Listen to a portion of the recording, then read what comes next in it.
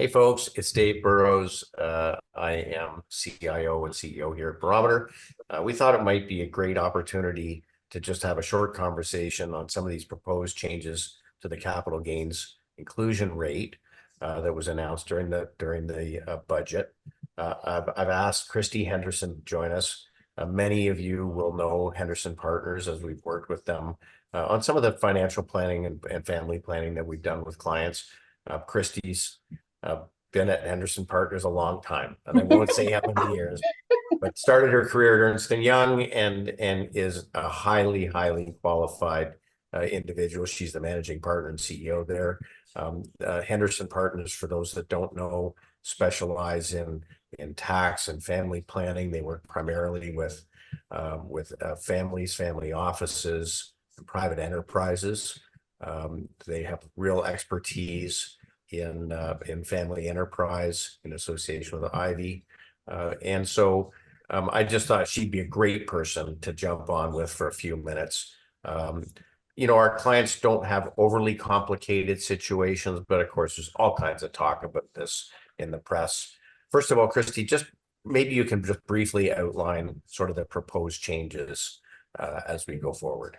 Absolutely. And we did see the draft legislation this week too. And it was largely as expected with one small surprise thrown in. So essentially they have increased the inclusion rate for capital gains effective after June 25th, 2024.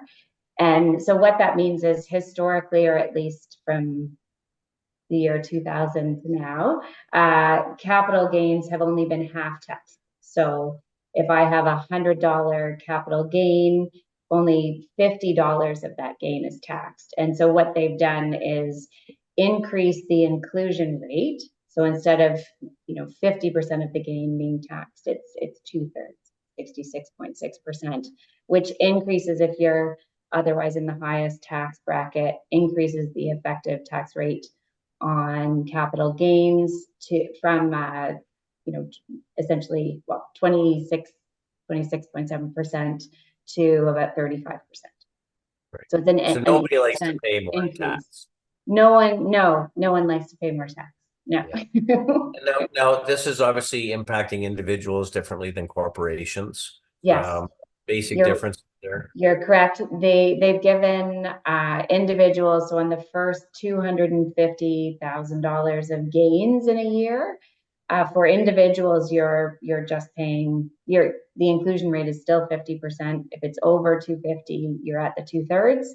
And companies and trusts don't enjoy that $250,000 window at the lower inclusion rate. That said, just to be clear, if you have a family trust and you're allocating income out of the trust to an individual, that individual would still, that trust income, if there's capital gains there, would enjoy access to the $250,000 at the lower rates. It's only if you have sort of estates or spouse trusts or something similar where you're leaving income behind in a trust to be taxed. It's all at the 2/3 inclusion. Now, I guess ultimately this is being set up as separate legislation from the federal budget. It's not finalized, but highly likely the details are going to be the details. Do you perceive any changes to these details? Well, the one thing that came out this week was if you have sold an asset, whether that's real property like a cottage or a building, or if you sold your business and you took back like a vendor take back, or you haven't received all the proceeds, you can take what's called a reserve, capital gains reserve against. So you don't have, say, if I have $1 million gain, but I'm being paid that $1 million over 4 years at $250,000 a year. You can take a reserve to spread out the tax for when you actually get the cash. So the interesting thing and a surprise this week was that any payments you've not received on, even though the deal has been negotiated and closed well before, they're saying that after this year, if you receive a payment on a closed deal, it's subject to the higher inclusion rate. It's very offside because you would have conclude. I mean, you wouldn't have negotiated the deal the same way. So I have lots Right. to say about that, but I won't start. Okay. Yeah. Now, we deal primarily in public securities and marketable securities. And so, we've obviously had lots of questions from clients who maybe have large embedded gains. Does it make sense to take a gain prior to the change in the inclusion rate? Our baseline has been that unless there is going to be a need for liquidity in the near term, better to have more money invested than to pay tax at a lower rate and then be investing a lesser amount of money. Yeah. Yeah. That I think you probably would agree on that.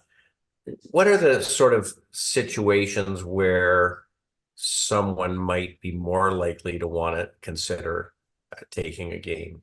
Yeah. So I think you're spot on. If there's a requirement for liquidity in the short term, in the next year or two, if you would otherwise be cashing out of security positions, it makes sense to do it now.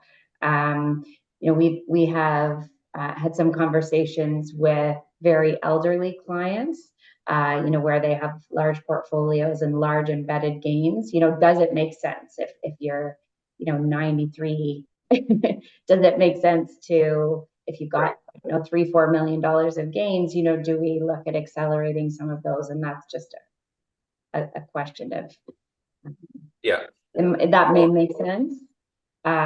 We have had clients where they are selling a second property that wouldn't be eligible for the principal residence exemption, so where you are not paying the gains tax, but the sales closing after the June 25th deadline. You can potentially transact between spouses to trigger the gain now before June 25th, because, well, not to get too technical, but you can transact and not pay land transfer tax between spouses, bump up the closing date sort of there, and also bump up the cost base at the lower tax rate. And I mean, otherwise, I honestly feel like deferral is the way to go.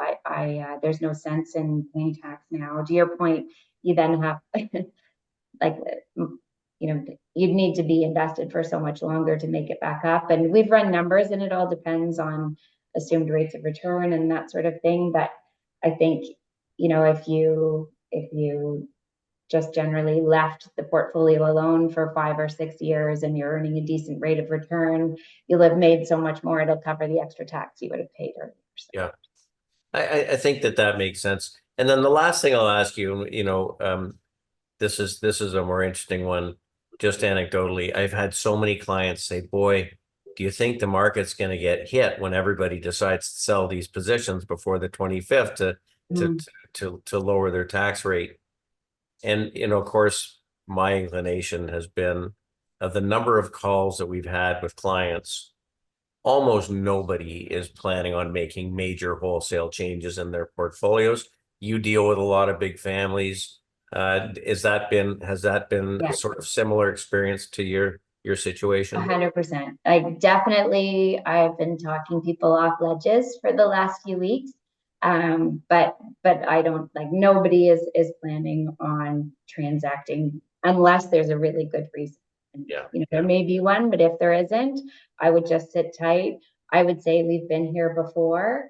In 2000, which was sort of earlier on in my career, the inclusion rate was 2/3 and got up to actually 3/4, so 75% inclusion rate under Mulrooney, and then interestingly, the Liberals. Paul Martin came in and brought it back to 50%. So we don't know what's going to happen. There's an election, next year, and there'll be a budget following. I know what Mr. Polyev has said. We don't know if it will be wound back. Right. Well, certainly, thank you, Christie. I really appreciate you jumping on with us. Yeah. For those that don't know Christie, she and her firm are extremely professional. We've had nothing but great experiences working with them. And And, you know, as a client, if we haven't had a conversation and included Henderson and you'd like to have a conversation, you know, I strongly recommend it. It's something that we support. So thanks very much, Christie. Thanks Thank everybody you. for taking a few minutes to listen, and hopefully you find some of this stuff useful. We'll see you again Thanks, soon. David. Great chatting with you. My pleasure.